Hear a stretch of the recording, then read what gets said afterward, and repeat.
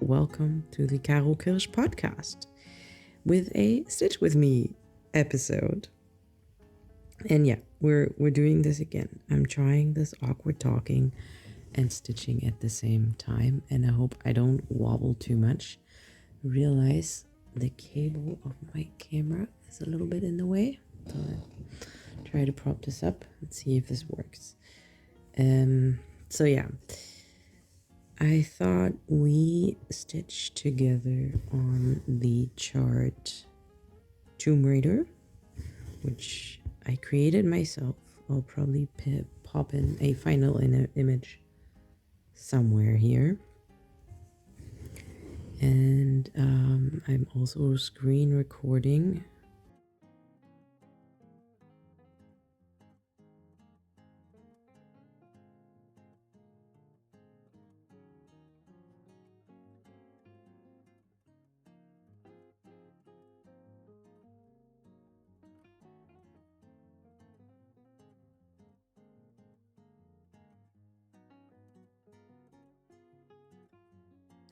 So yeah, this is the Tomb Raider chart that I created myself using the front images of the 3 latest Tomb Raider games. I think the first one is just called Tomb Raider. There's this weird little bit of floss here. Where does that come from? That bugs me. Can I cut that off? Hang on. Already distracted. This is starting out great.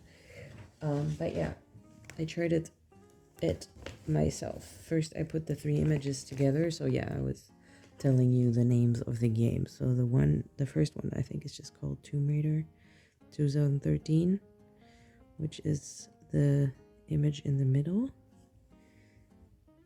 What is this? The image on the left is the second game, which of course now I can't think of the name. I'll put it in. And then the third one is Shadow of the Tomb Raider, Rise of the Tomb Raider. Yeah, it's Tomb Raider, Rise of the Tomb Raider, and then Shadow of the Tomb Raider. And yeah, I stitched those together. Did I already make a mistake? Yeah, I think I already made a mistake. Okay. This is going well, guys. Great. But today I printed out some help. So yeah, I don't know. I definitely don't think I'm the best at stitching and talking at the same time. But I don't know. I like watching Stitch With Me, which is why I want to also offer that to my subscribers in case you do like watching Stitch With Me as well. And I actually don't really get the chance to do this very often because I stitch in our living room, and most nights my husband is in the living room with me together, and he's usually watching something. And A, that would interfere with the Stitch With Me, obviously, because you would hear some random movie sounds, and B, it would also just annoy him. So, yeah, but today my son actually allowed him to be in the bedroom as we were putting him to bed. Usually we swap. Usually it's like one night I put him to bed and the other night he puts him to bed, and then obviously the other person puts my daughter to bed. So we just swap around with that. But yeah, like lately my son, who's 2.5, does not accept being put to bed by Papa, which is just whatever. It's a phase, right? I mean, there's definitely been phases where he only wanted to be put to bed by his dad, but currently he's not having him whatsoever. It's big issue, and yeah. So today I had to put him to bed again, but Dad was at least allowed in the room, so that's progress. And yeah, but what I What I've been meaning to say is that my husband actually fell asleep while we were all in there. My daughter also wanted to be in there because I actually bought new sheets and she really liked them and requests now to get the same one. Hang on, now I lost my place. Where am I? Where am I in the pattern? Oh, here. Okay, good. And yeah, so I lost my place, and then I lost my place in what I was saying. Great, isn't that great? Yeah, so she wants the same sheets, but she wanted to also be in our bed tonight. So we're gonna be a great big happy family, all four of us in one bed. Although I'm kind of thinking maybe I'll just go sleep in my daughter's bed, or I'll transfer her. I'll see what I feel like once I go to bed. But anyways, my husband's asleep right now, so I have the living room to myself. So I thought, come on, let's try this stitch with me. Yay. And yeah, and I guess since my WIT parade, there's been a few new viewers, and I've never really done like an introduction video on my channel, like ever. I mean, I've been on YouTube for how long now? 5 years, basically the age of my daughter, because I started doing this in the baby year. I had like my maternity leave for my daughter I had, and yeah, I never really done an intro to myself, I guess. Yeah, that's the wrong one. I have to go back. So I figured I found some questions online, 100 questions. We're obviously not going to go through all of them, but I just printed off the list, kind of quickly glanced over the questions. I think I need to mark off, otherwise I'm going to lose my place here. Did I stitch this already? Probably not. You're going to see, my stitching is super chaotic. Did I do this one? I feel like I didn't do that one. No, I didn't do that one. Need to go one more over. Oh man, I'm gonna make so many mistakes, guys. That's exactly what happened the first time around. It didn't mark off my stitches and then I made mistakes. Yeah, now this one sits wrong. Oh gosh, damn it. Okay, we're already gonna have to go back. But whatever, we can go back and I can answer my questions. And yeah, I hope you guys are interested. I first thought maybe I should announce this and ask you guys if you have questions for me, and I guess you can drop questions below if there's something you would like to know, and I can do this again and answer some of your questions. But since I wasn't as prepared, I'm just gonna have to answer some random questions and hope that those are interesting for you to hear. But they're kind of like get to know me kind of questions, and some of them are really deep. I think I crossed a few out where I was like, okay, maybe let's not get into that on a super surface like whatever easygoing video, but whatever, let's just get into the questions. The wrestle with my sheet of paper, that's what it is. So yeah, the first question is who's your hero? And I mean, I guess you can go a direction with this kind of question, but I figured I stick to kind of what this channel is about and who are my I guess other YouTubers or whatever. That's at least what I immediately think about when I think about that question. And yeah, I guess like again, my channel started out as a knitting podcast channel, and there's one podcaster. She's also a knitting channel, knitting traditions. Inga, I really like her. I think her videos are super nice and calm. I actually don't really watch knitting podcasts anymore that much and really fully submerged in the floss tube world, but that's just how it goes with interests and rabbit holes. And I'm sure I'm gonna go back to knitting more at some point, but yeah, right now my interest is just in floss tube. So I'm not actively watching her channel right this moment, but I know she recently had a baby, and yeah, she produces a lot, man. She knits so fast and so much. Like, she's a doctor, like she has a very busy lifestyle, and I did watch one of her more recent videos where I think she said she's actually back to work now.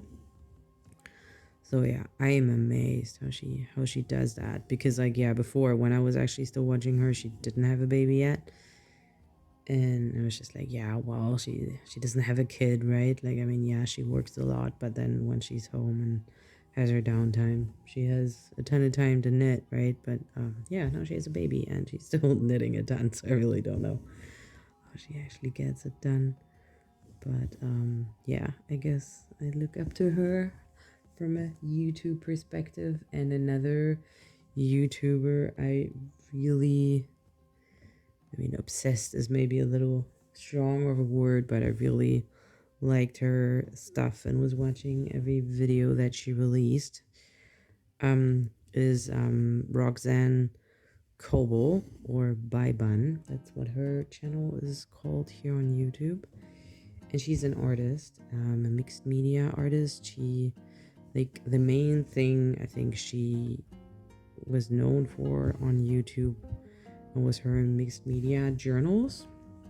Like, she basically uses old books and creates in these altered books, is what she calls them. And yeah, she has like really freaky, funky mixed media techniques, and like she offered classes, and I got all of her mixed media altered book classes, and the latest two, like I got her zine class as well still, but that was already a little bit like, yeah, she's kind of in a little bit of a different era, I think. Right now she's not really doing that mixed media altered book stuff that much anymore, which is also why I'm not that crazy into her at the moment, because like she has, I think she still has a Patreon, which I was a supporter for I don't know, at least 2-3 years probably, where she was vlogging a lot, and but yeah, also sharing her art. But yeah, she really got into like planner and stickers and stuff. Like, yeah, I don't know, less art, which is why I was subscribed to her in the beginning. So yeah, that's kind of why I drifted away from her a little bit. Okay, hang on, let me find my place again. I think I'm going one more over. Yes. So yeah, I really like those two, I guess. And maybe let's move on. Question number 2. If you could live anywhere, where would it be? That's actually, I mean, that topic could probably throw me on a tangent for a very long time, because that's a big question for us. I mean, I'm German, right? And I'm married to a Canadian. And yeah, that's definitely a big question for us. So I think if I could, I would split myself up and live in Germany and Canada, so we could both be close to our families all the time. And actually, I kind of always said that, like, after school, it's kind of common in Germany to do like an exchange year. Like, you either do it like during school in 10th grade, or you do it after school. Sorry, I lost my place again. Hang on, I'm down here. I'm down here. Okay, I have to go back. Oh, man. I really can't be trusted doing this while talking. This might be a bad idea if I actually want to make progress.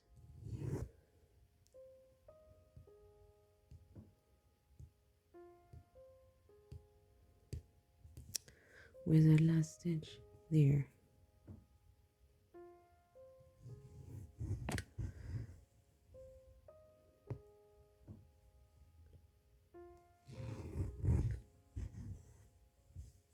Okay. There. 1, 2, 3, 4.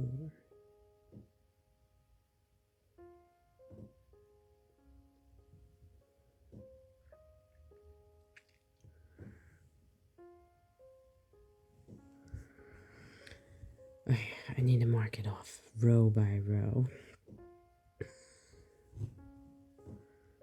Maybe that'll work.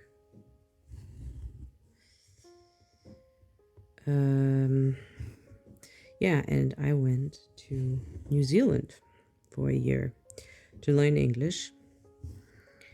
And I really, really loved it there. I think it's a beautiful country. It was really Europe mashed together in one place, kind of. Because the South Island is really, like, at least from the landscape, very similar to like Norway, with like the fjords and mountains and all that. And then the northern island gets very like green and hilly. I would find it in like Britain, Germany. So yeah, there's just a lot of variety in that country, just landscape wise. Obviously the fauna and flora is very different to here, because most of the species that live there are endemic, which means they only exist in New Zealand and nowhere else, because New Zealand is like so isolated from most other land masses that nothing really can swim or fly over. And yeah, nature there had a long time to already made a mistake again. Is that possible? To kind of let evolution take its own way. So yeah, it's just a bunch of cool animals. Kiwi, for instance. Most people know the kiwi because it's the national animal of New Zealand, and yeah, that's an animal that is endemic to New Zealand. So that would, I guess, be the third place on the list where I would live. I guess if I had to choose one country, I would probably pick New Zealand, but I would have to add both of our families, because New Zealand is far away from my family and my husband's family, so it's kind of also the worst of it all. And yeah, the next question is, what is your favorite family vacation? And I would have to say Norway. I guess now 2 years ago in the summer, or actually it was late spring, very early summer, we went to Norway because my boss actually bought a vacation home there, mainly to use for himself as a recreational vacation spot. And but yeah, he also has like a homepage for it to potentially rent it out, like but yeah, like the first year he owned it, he kind of wanted to test it out himself, and also invited his workers. We're like a super small company, we're only like 4 people. So yeah, he invited us to stay there if we wanted to with our families. And my husband and we took advantage of that and went there. It's located in southern Norway. Close. It's like an hour from Stavanger. If you want to find it on a map.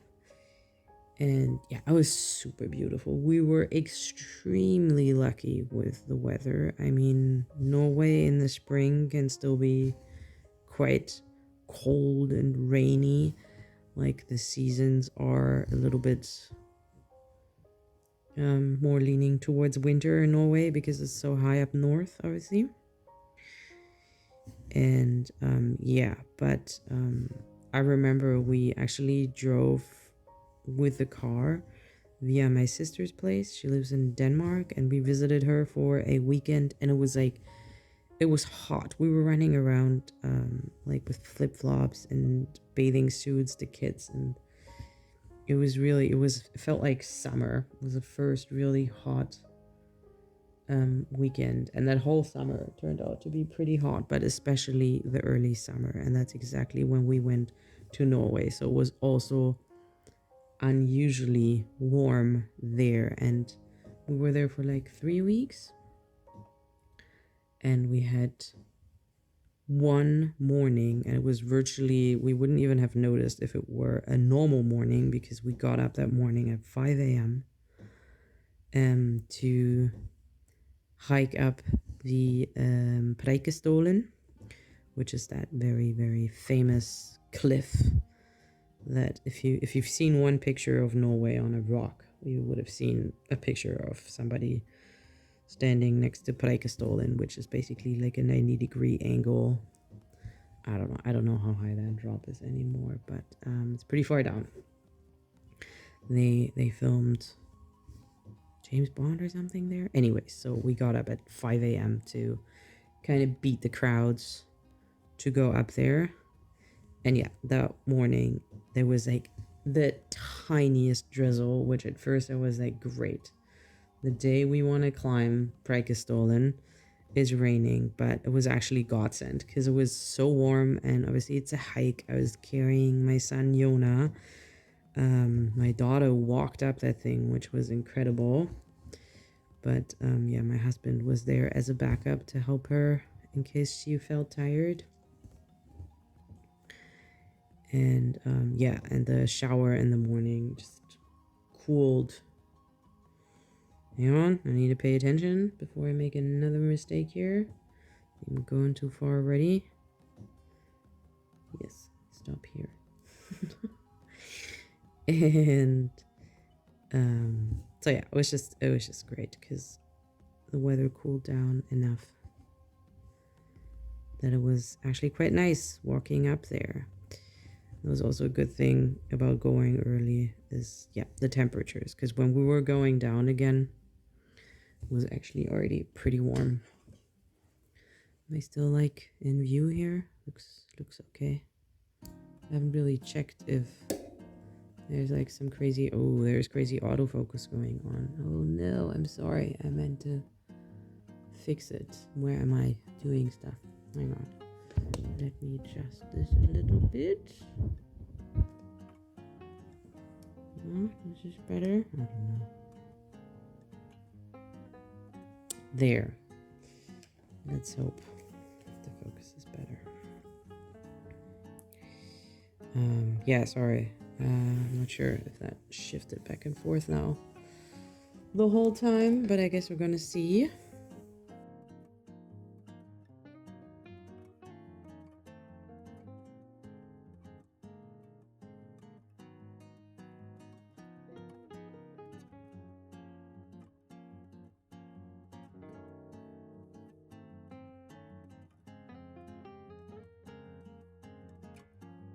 Yeah, anyway, so that was a really, really great vacation. Because yeah, we had the best weather, and I guess before we went there, in my head, I had this plan of 3 main activities. I wanted to kind of 1/3 of the time just chill, do nothing, stitch. That was actually that vacation where I thought I'd be knitting like crazy because Norway and wool and all that. But I ended up cross-stitching. That vintage Halloween carousel piece that I finished on my second floss tube episode. That's what I mainly worked on crafting wise on that vacation, actually, which was totally unexpected for me because it definitely wasn't a main hobby for me at that time. And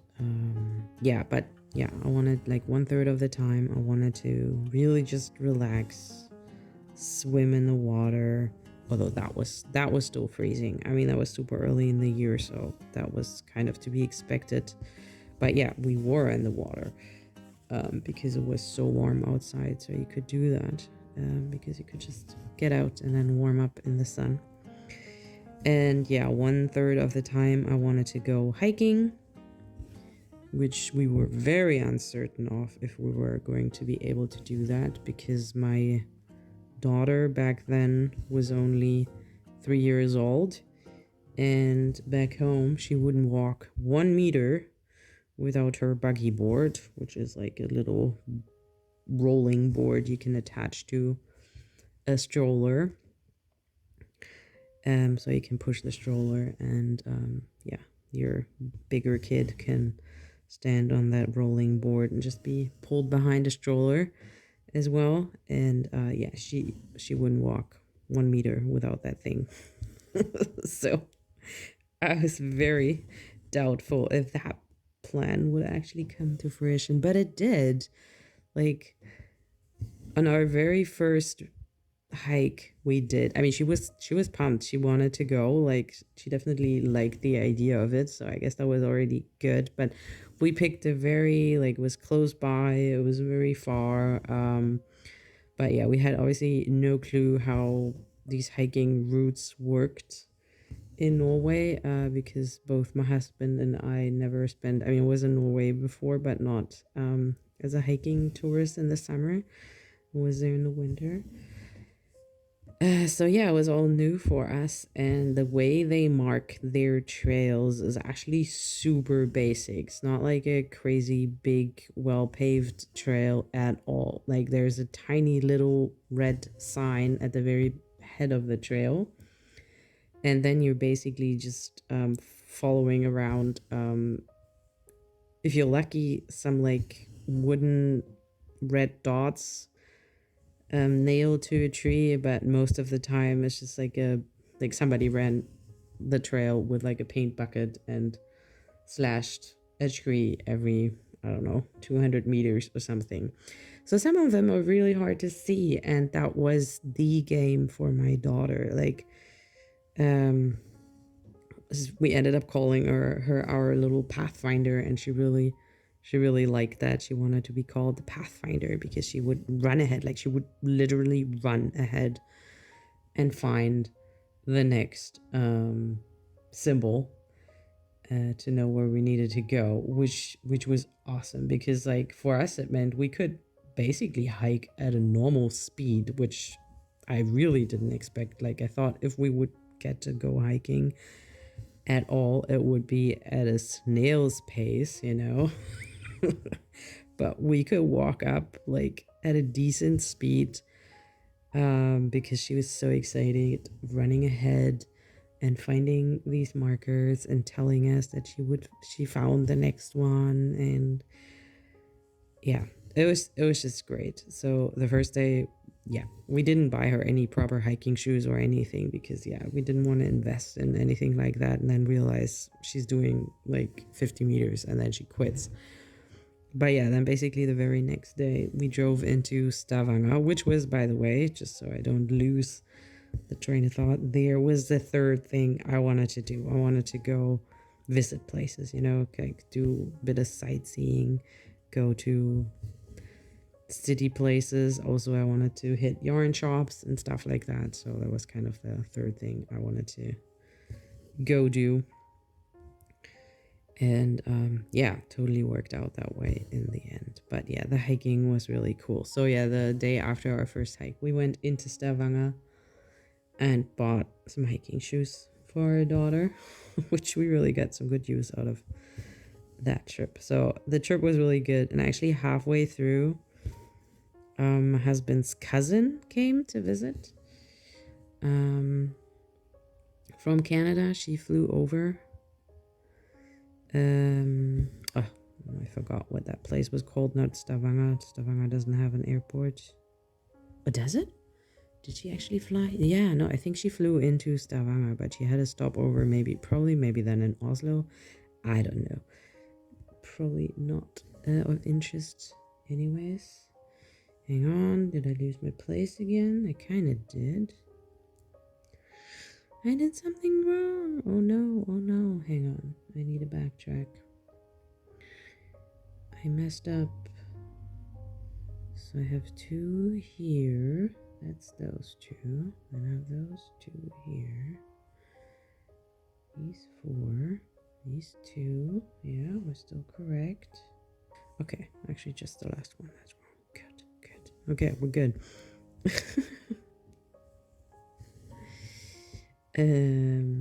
What was I saying? Yeah. So yeah, she flew in like midway through the vacation and yeah, just joined us to do all the fun things, and it was really nice. It was very good dynamic with her and the family.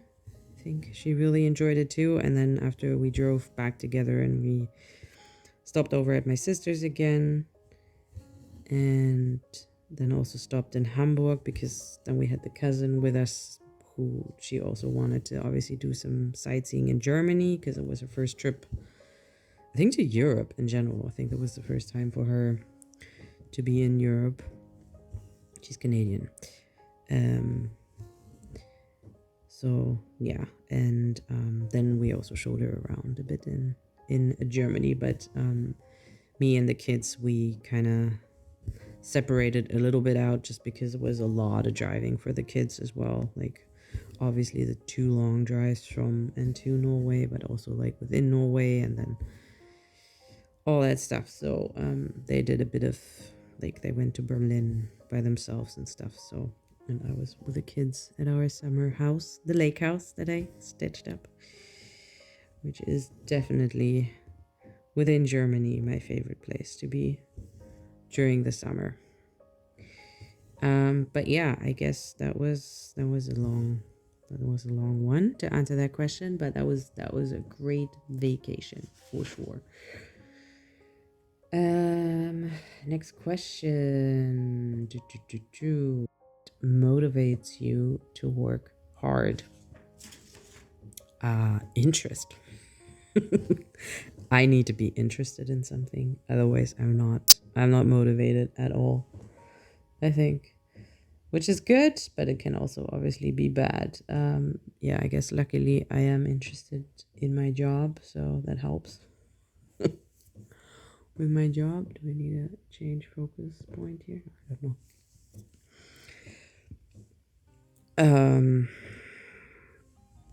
Yeah, I don't know. I don't know if I have anything else to say on that. But yeah, I'm like, yeah, I guess I get these phases where I'm like super interested in something. Whatever. I mean, for instance, within cross stitch, I mean, I mentioned that a million times already. I really like cross stitch saga, right? But the huge drawback with cross stitch saga is that you need these specific file types. You can't just use the PDF that most pattern makers provide. You need the specific file format, which, I mean, I reached out to a few people I bought the files from, and some were like, yeah, cool, here you go. But most of them seem very critical of that format, which I don't really, I mean, And that format, it's multiple ones. And some of these formats, the ones I create actually to get it to work, are very open. And I would understand if designers are hesitant to give out their patterns in that specific format, XSD, in case you're interested, because this is wide open. Like, that basically is a readable form of text. You can just open that in a text editor and get every single stitch written out, spelled out in front of you, kind of thing. So yeah, that makes it obviously very readable and very editable, and I guess opens up the option for people with bad intentions to like make tiny little changes to a pattern that a creator spent a lot of time on creating and then reselling it. So yeah, I get that they wouldn't want to hand out that format, but there's other formats that you can give out that works with Cross Stitch Saga that aren't that open, that are encrypted, and that you can't easily interpret by throwing it into a text editor or whatever other program. So yeah, I don't know. I don't fully understand why people are so hesitant, but I guess they don't know it, and yeah, they err on the side of caution, I guess, is what I'm assuming.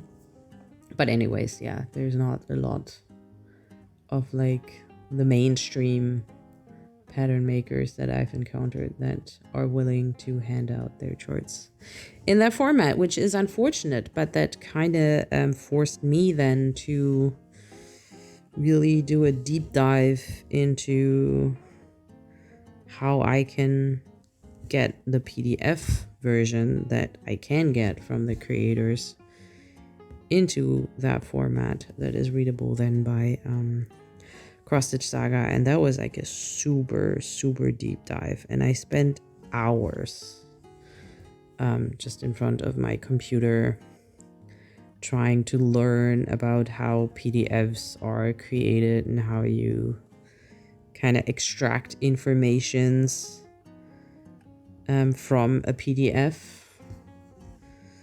And I don't know, all that technical nerdy stuff, which I don't want to bore you guys with right now, but yeah. And again, I just spent hours and hours on end in front of my computer deep into the night without even noticing the time was passing. Like, I would just whatever sit down thinking I would do this for a half hour and then go out and whatever stitch or watch a movie with my husband, and then felt like half an hour later look on the clock and realize it's actually been 4 hours.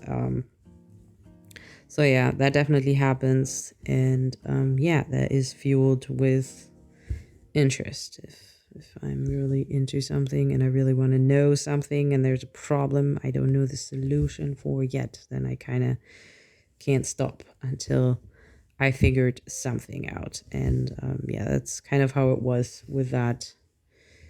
And now I figured it out, and now I can turn any PDF chart, not any, really depends on the PDF, but most PDFs, into Cross Stitch Saga, which is super nice because yeah, I'm obviously not planning on reselling these patterns or anything. I just want to use my preferred cross stitch app because in my view it is super superior. Which is also why I'm recording my screen so you guys can see how nice it is. Although I'm not using it to its fullest potential right now, but whatever. Okay, where am I now? What's this stitch here? This single stitch is irritating me. Did I just place that wrong? Oh no, I already just went down there. Okay. Never mind then.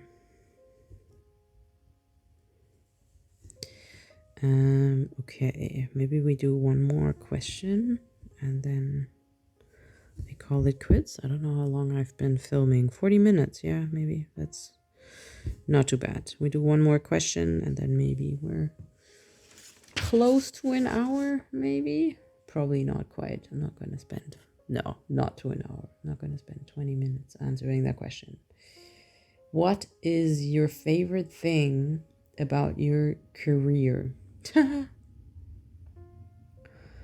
What is my favorite thing about my career? I think I would say to that I tried out things, and yeah, I tried different things, and I'm I guess my favorite part would be the route that I didn't end up taking, but I'm glad I did these things because I mean right now I work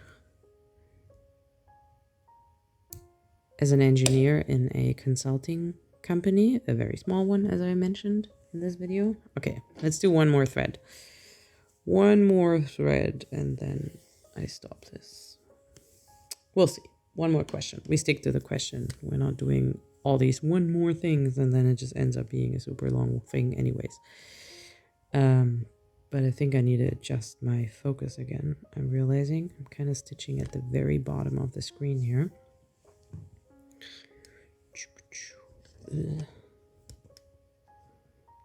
There.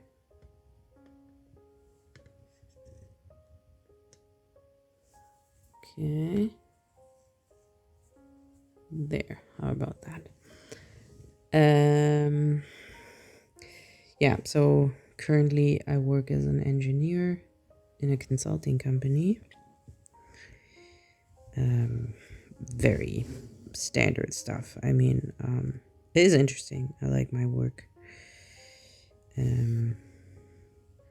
But yeah, actually just out of, or I wasn't even done with university, and I did an internship at a polar research institute because I'm pretty sure I mentioned that I am obsessed and interested in winter and cold regions, so I figured working for a polar institute would be pretty sweet. So yeah, I did an internship there at the Alfred Wegener Institute of Polar and Marine Research in Potsdam, close to Berlin. And yeah, that internship turned into, how long was I there? 4 years? Maybe. I think I was there for 4 years. Working there as the technician / engineer of a science group that was interested in permafrost, which is permanently frozen ground, which you can find in the Arctic and the Antarctic. But our group had their research sites in the Arctic, namely on Svalbard,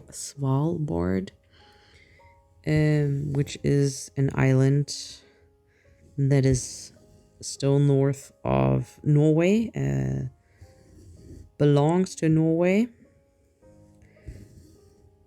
and the other sites my research team had was in Russia, in northeast Siberia. And yeah, when I did my internship there, that was just supposed to go for 2 weeks. And basically after a week of me being there, they were asking, hey, could you imagine being our technician?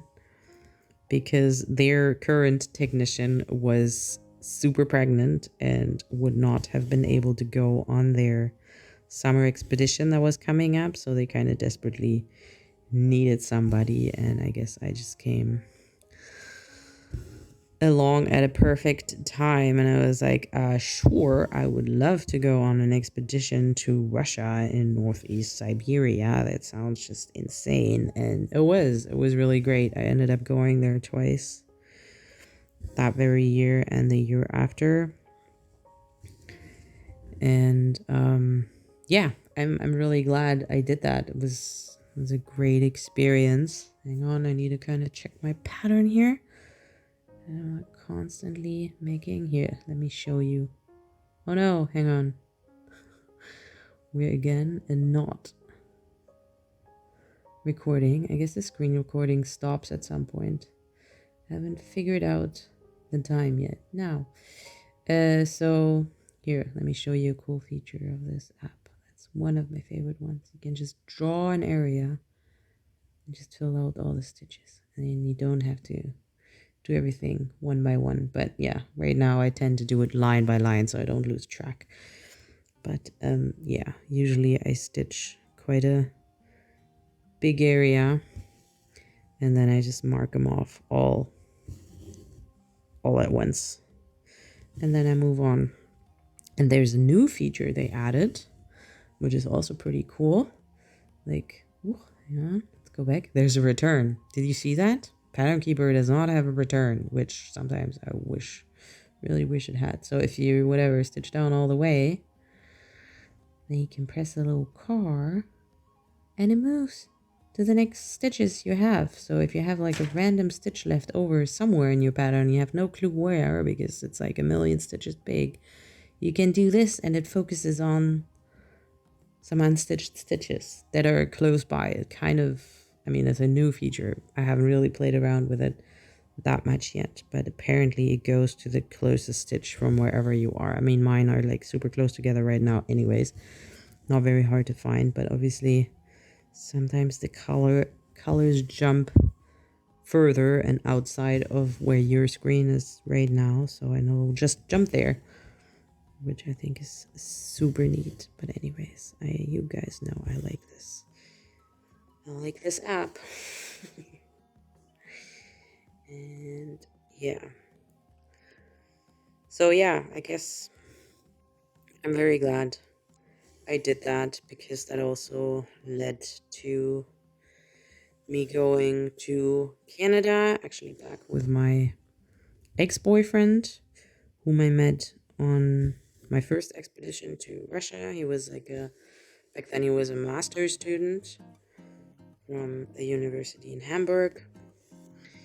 And yeah, and he wanted to start a PhD in Canada, and I decided to go with him. And then that's when I met my husband, again on research, because yeah, my ex-boyfriend, he started doing a PhD at a research group, also in permafrost science, in Montreal, at the UDM, Université de Montréal. And I ended up becoming the technician of his research group. So we went on field trips. In Canada, we call it field trips. Kind of funny. In Germany, we call it expeditions, which sounds pretty grand. And there were bigger trips than the ones we did in Canada. Like the ones we did in Canada were sometimes just for like 2 weeks or something. And the trips we did to Northeast Siberia were like 2 months at a time.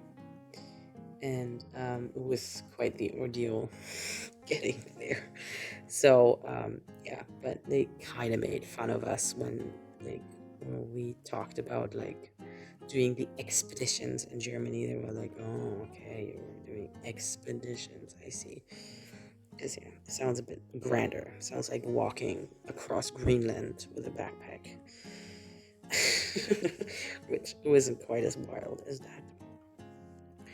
But yeah, that research group, they had all their sites in the Northwest Territories of Canada, which is where my now husband's uncle led a research camp. Oh, hang on. I need to go back here. Because he's a professor at a university in Canada. And yeah, he took his nephew, my husband, up a few times to have him build stuff there for the research site, because he was always quite handy with woodworking. And yeah, that's how we met, because we ended up in the same camp there. And my husband actually spent a year in Germany learning German, just out of, I guess, interest. He had that as a subject in university, and obviously I was German, so he started talking to me kind of to train his German, and we would always sit super late in the night watching the Northern Lights. Pretty cliche romantic, which I guess it was. Like, I don't know, I was pretty quickly head over heels with him. But yeah, I still had a boyfriend back then, so that obviously was a bit of a complication. But yeah, we talked long hours, just sitting at the side of the lake, watching Northern Lights float across our heads. That was kind of cool. And yeah, we were talking German, which is kind of funny because nowadays we usually just speak English, because it is, I don't know why, or because usually I say kind of the language you meet at is the language you speak.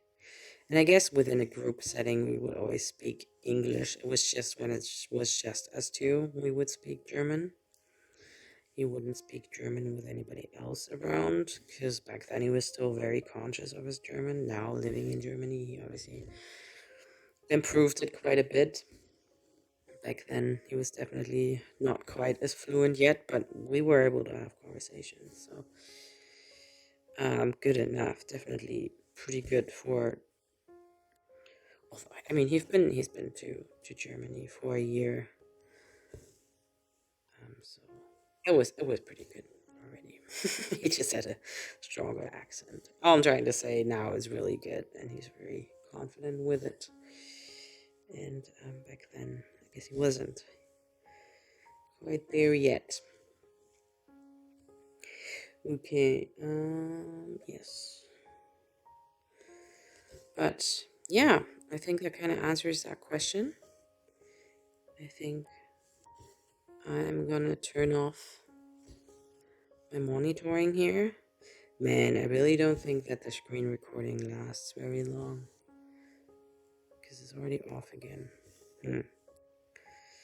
So, probably you didn't really get a whole lot of me tracking the pattern there, but I guess it's not crucial to have that.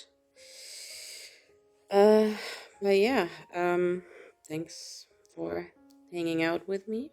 If you're still here, tell me if any of the questions sparked an urge in you to answer that question. I'd be very curious. Um, what your favorite place to live would be, for instance, or yeah, what motivates you to work hard. That is a good one. I guess, yeah, I guess it could go different ways. But yeah, anyways, sorry. I don't want to get back into it and extend this video much longer than it needs to be. So yeah, keep stitching. I'll keep stitching, but feel less watched. But I guess now I'm talking and I'm stitching, and it wasn't like crazy awkward, but I had something to talk about. So yeah, maybe next time, shoot me some questions that next time maybe I can answer stuff that you're actually interested in. Now I just answered some generic questions that could be interesting to learn about somebody, and so I hope it was semi-interesting. Again, feel free to answer some of those questions down below in the comments. I'd be curious to get to know you guys as well. And I guess I'll see you for my next podcast. Bye bye.